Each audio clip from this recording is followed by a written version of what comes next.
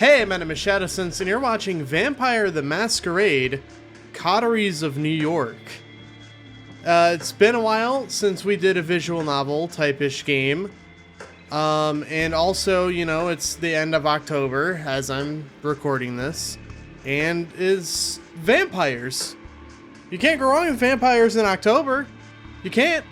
I'm also wearing my very appropriate Pool Boy at the Vampire Mansion shirt. So shout out to My Chemical Romance. Anyway, just for some background, I've never played Vampire the Masquerade, but I've always been interested in playing Vampire the Masquerade. And I watched a little bit of the live play show, LA by Night. So, very excited to dive into this. I do have Shadows of New York to play after this. It's the sequel to this game. So we'll probably get around to that as well. So let's just jump right... Wow, you get 3 whole save slots. Okay, so I could be a Bruja, a Ventru, or a Toreador.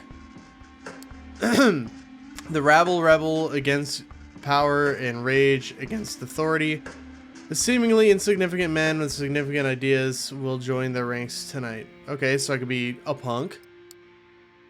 The aristocratic blue bloods embody wealth, sovereignty, and control. A top-level corp... I could be a corpo. The divas seek thrills of art, romance, and cruelty amidst stagnant undeath. A tormented artist will join their ranks tonight. Anarchy, romantic, or corpo?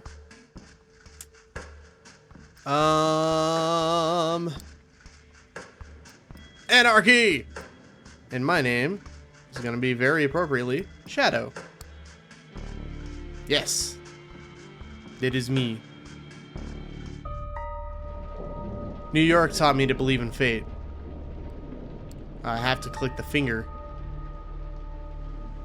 Had you asked me about fate back when I was a human, I would have told you that's just superstitious bullshit. That we were all designers of our own destinies. I might need to actually lower the text size because I increased it because I thought maybe small would be too small, but no, it's not. Alright. That belief shattered when the richest woman in the United States, the actual richest one, not a face you could have seen in the papers, of course, sank her teeth deep into my neck. It happened in the very same place you're standing in right now, by the way. Fate? You decide. Please, there's absolutely no need to be hostile. Just listen a little longer. See, my mistake was that I flew too close to the sun. It makes sense that my punishment was to never see its glow again. I was incandescent myself. I was hot shit. I had it all. Money, looks, confidence, connections, men, women, a career, and a spark in my eye. The one you need to be born with. And that's when someone far more powerful than me saw my radiance and thought, that won't do. She robbed me of the light erupting from within and gave a subtle, enduring gleam in its place. She decided it would fit me much better. She was a 9th generation kindred just like you, an apex predator. Oh yeah, that's the thing in Vampire the Masquerade. They don't call themselves vampires, they call themselves kindred. Vampire's like a dirty word, or like, I don't want to say a slur, but kind of? She probably enjoyed teaching me, the peak of human excellence, my real place in the food chain. It's such an eyesore when you look at some loudmouth braggart and see them for all they really are. The temptation to teach them a lesson can be unbearable, right? Well, my sire's lesson was a lesson about fate, a message saying, you're eternally doomed to be at my mercy of your sovereigns. It almost drove me to destroy myself. What saved me was the ability to reinterpret her teachings. Hers wasn't a message of doom, it was a message of hope. Fate exists, and one can shape it, if given the right tools. My sire didn't believe my tools were fitting for the job. She considered them toys, and me, just her amusing subject. Well, she's deader than dead now, and I'm still here, standing right where she stood when we first met. You might have wondered how I've learned about your arrival at JFK Airport. My answer is, of course, destiny. As luck would have it, today happened to be the day some of my associates were inspecting the coffins. Driving you here straight from the plane and having you wake up in such an unfamiliar place was a little desperate, and I do apologize for it. But it is so rare for you to visit New York. 3 times in the last 15 years, was it? And you're never eager to inform me you're here. I understand you still have that meeting on 53rd Street later tonight, so I'll provide a comfortable transport. I value our relationship very much, don't get me wrong. But it is precisely because I value it that I'm going to ask you to repay the favor you owe me. You're the only one I trust to do the job well, and without attracting attention. You might think I'm crazy, asking you to breach the rules of our society like this. You might think it's impossible to get away with it unpunished. But this is New York. And I don't know about other cities, but in this one, fate really exists. And right now, it's smiling in your favor. This is how it begins. Oh yeah, we're in a fucking Blade-ass nightclub, baby. Let's go. My headphones are being weird. I got hair in my ear. The music is pounding and your pulse is keeping pace. This is one of those nights that makes you feel alive, even though it started with you feeling dead.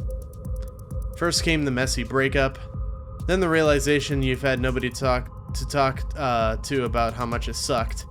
Still, you decided to roll with the punches.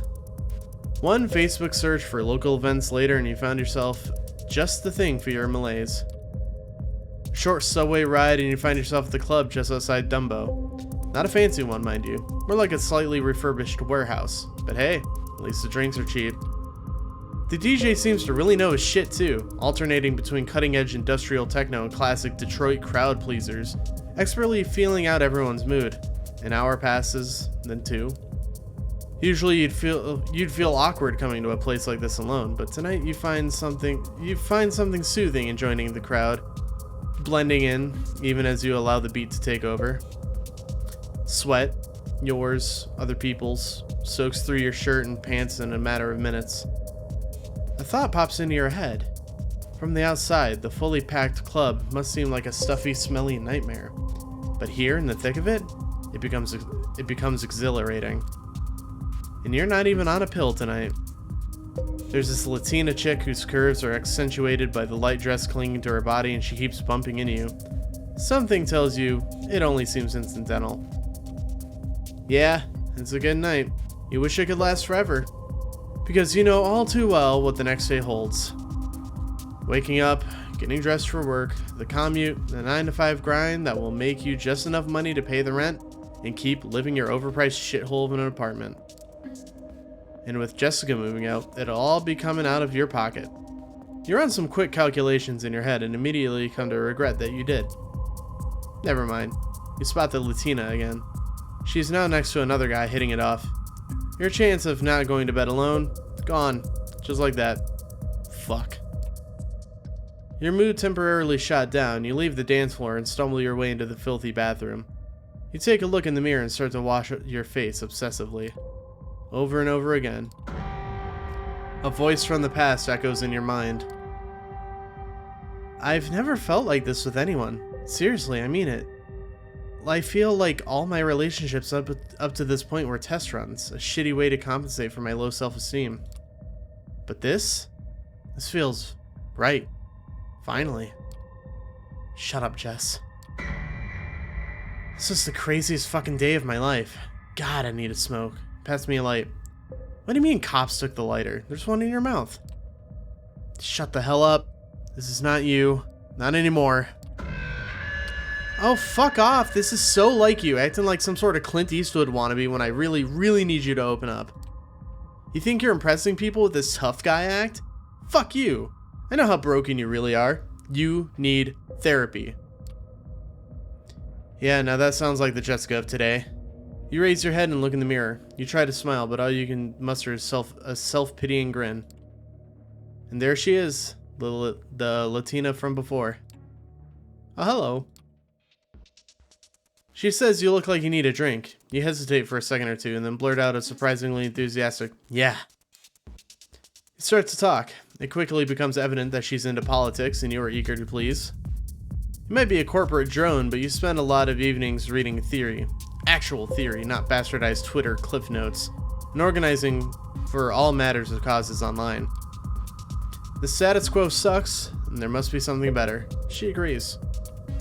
You seem to subscribe to the same progressive political theories, have compatible ideas about the DSA's missteps, and even watch the same YouTube channels. Your goals are aligned.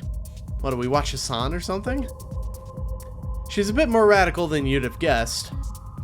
You attended a few rallies, been to a few protests, but this girl sounds like she broke off her share of faces and kicked more than a couple of cops in the nuts over the course of her activist career. Hell yeah. We love a lady that can kick a cop in the nuts. Her zeal is infectious. She taps into the pent-up anger that you didn't know you had. The noisy club stops working for you both, so you hit the streets. Just as you're leaving, the DJ starts playing All the Things She Said by Tattoo. Of course. You chuckle to yourself, trying not to slip into a bad headspace. She chuckles along with you. Just want to remind people that Tattoo, at least one of the ladies in it, is very homophobic. She straight up said she would disown her child if he came out to her as gay. Which is ironic considering Tattoo's whole thing was, look at us, we're lesbians. So, take that for what you will. Also, why are you playing Tattoo at a goth club? That seems like a weird song. It seems like a weird song to play between industrial techno and Detroit club. It's chilly outside, but soon enough you find yourself too invested in listening to the girl's voice to care about anything else. You realize you've been holding hands for a while. Oh, how lewd. The subway car is empty, save for a stoic middle-aged couple and a drunk staring intently at his own feet. Plenty of room to stretch out, and yet she sits right next to you. You feel her thigh pressing into yours, her breath on the side of your neck. Maybe it's the booze talking, but you distinctly hear your voice asking if she'd like to crash at your place. I've got a better idea, she says. Is she the one that's gonna turn me? Am I human right now? At this point, you're down for anything as long as it lets you spend just a few more minutes with her. Ooh, this place looks bad. Also, I like shit moving in the background. That's really cool. She takes you to a sleazy motel in the Bronx, trading a few words with the balding, tired-looking guy at the front desk. He hands her a key. Still holding your hand, the woman leads you up the stairs. The room you end up in is almost comically stereotypical, complete with flaking paint and a sticky floor. Not that it matters though. The moment you step through the door, she's on you. You try to take the lead, but she's having none of it. Before you know it, you feel the rickety bed pressing against your back. It's sloppy, fun, fierce, and not once does she lose the initiative. This is what I like. Your hands reach under her t-shirt. Strange, but wasn't she wearing a dress? Strange. Didn't look like she was cold outside, but now her skin feels eerily cool. As if sensing your confusions, she slaps your hands off her. She kisses your neck. You are overwhelmed by the sensation. Darkness. The taste of liquid fire and smoke on your tongue. Her voice saying, "Sorry, kid. I did what I had to do to leave the city in one piece. But don't worry. With my blood and your principles, you're gonna do just fine." She slams the motel room door behind her as she leaves. You lie helpless on the soiled, pungent mattress for some time. Minutes? Hours? Before you can focus enough to try and piece together your evening, it hits you. The big hunger. It grips you by the throat and makes your insides shrivel in terror. It's an all-encompassing emptiness that throws you on all fours. You crawl for a while, squirm on the floor in sundering pain, then jump to your feet and bust out the door. You black out. This isn't the room you saw when you last closed your eyes. Oh fuck, it's happening. Somebody curses at you, a small, naked, buff dude holding a short leather whip. When did he come in here? Wow, what a goofy motherfucker. He throws a punch. He yells out several slurs. He hits you in the jaw. You black out again. The guy isn't moving anymore. There's blood on his neck. There's blood on his arms. There's blood on the floor. There's blood everywhere. Wow, whoever did this is one sick puppy. You realize you're sitting on top of his corpse. You hear a whimper. Someone else is there. A woman. Her arms are tied to the bed frame, an eye mask over her face, red marks on her back. Damn, they were getting into some kinky shit. This time you see it happen. You want to stop but can't. She almost manages to get a scream out, but it dies in her throat as you bite into the side of her neck. You drink. Blood. You're drinking blood. You could swear you feel her life force escaping her body, entering yours. Suddenly terrified, you tear away from her. She's not moving, but she's breathing. There's barely a mark on her neck. The guy on the floor, though. You double over in a spasm, realizing what you did. You feel like throwing up, but can only gag. Panic sets in as another realization dawns on you. Your heart is not beating. You put 2 fingers to your wrist, but feel no pulse. Same thing on the neck. Nothing. There's no breath coming out of your mouth. You have to get out. Get someone to call an ambulance. For yourself, at least. Probably too late for the dude on the floor. Did you really kill him? What a mess.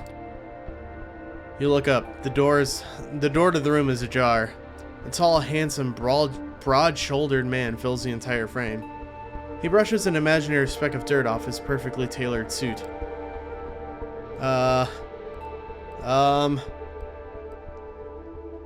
This is not what it looks like. Hey man, this isn't what it looks like. That's good to hear, because from where I'm standing, it looks like you're in a world of trouble. He surveys the room, not moving an inch from where he's standing. He shakes his head in mock concern. Murder, assault. It's 25 to life if you're lucky. But since you're not, it's a death sentence.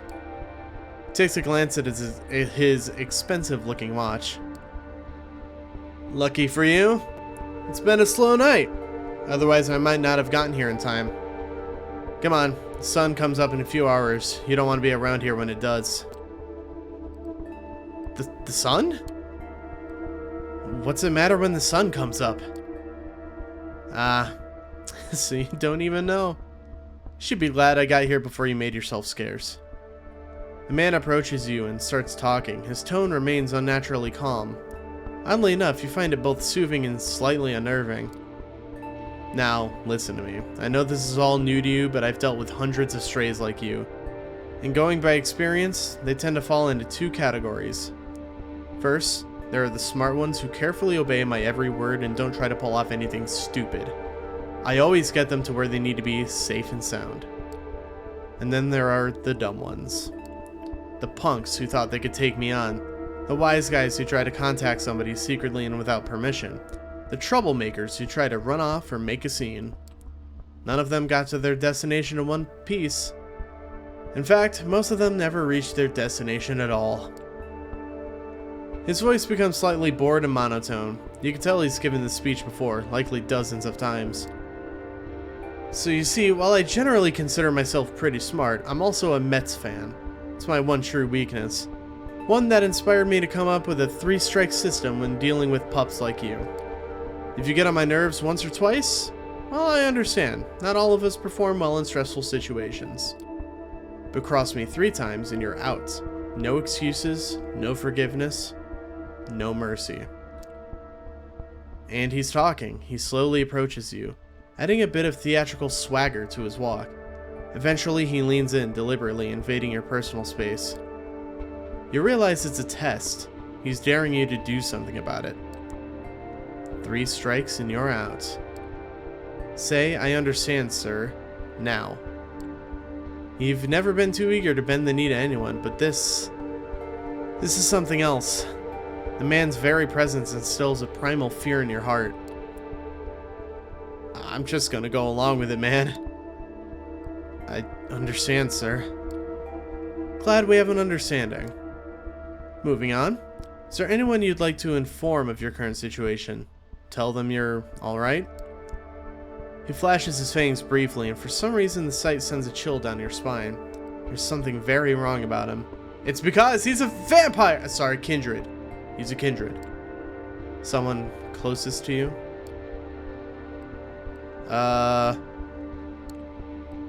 Jessica. My ex-girlfriend. She kinda hates my guts, but yeah, I suppose it would be her. The stranger gives you a puzzled look and decides to prod further. The closest person in your life hates your guts. This time, something resembling a look of pity. He turns his eyes to the corpse on the floor. When it rains, it pours, I suppose.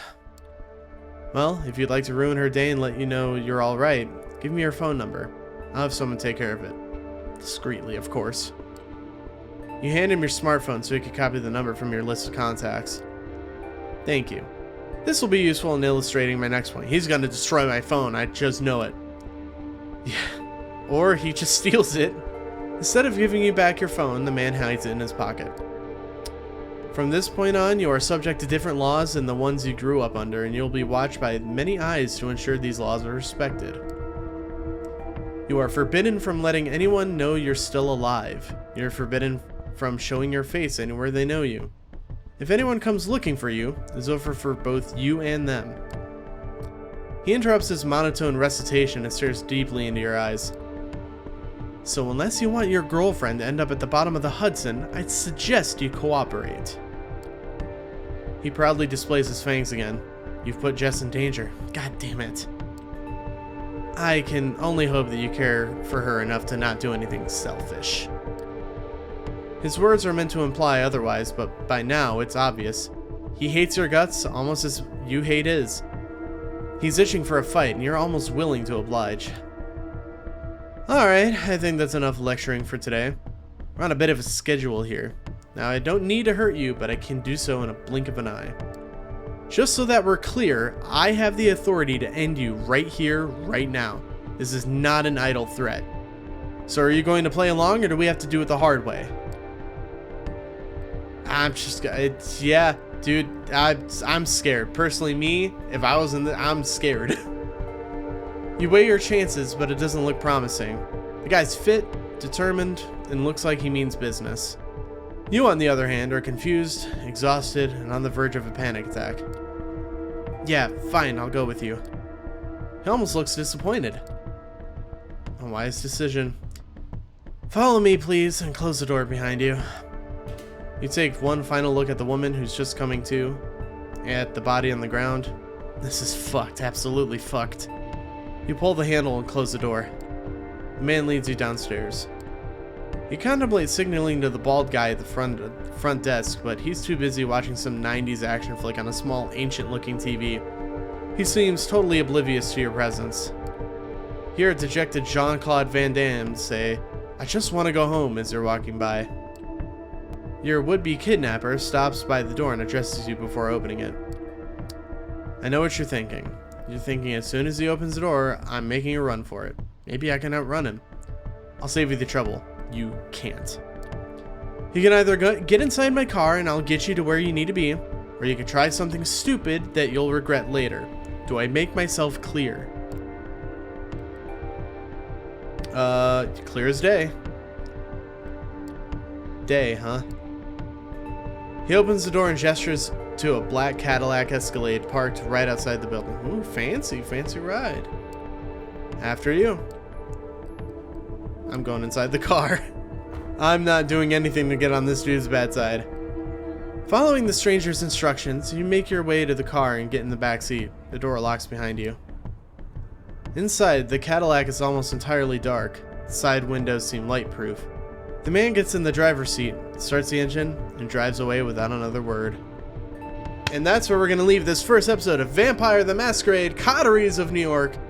We're a newborn kindred, baby, and I'm super excited to keep playing. So, thank you guys so very much for watching the video. If you liked it, give it a thumbs up. If you want to see more videos like this one, please consider subscribing. And until then, I'll see you guys next time. Bye-bye.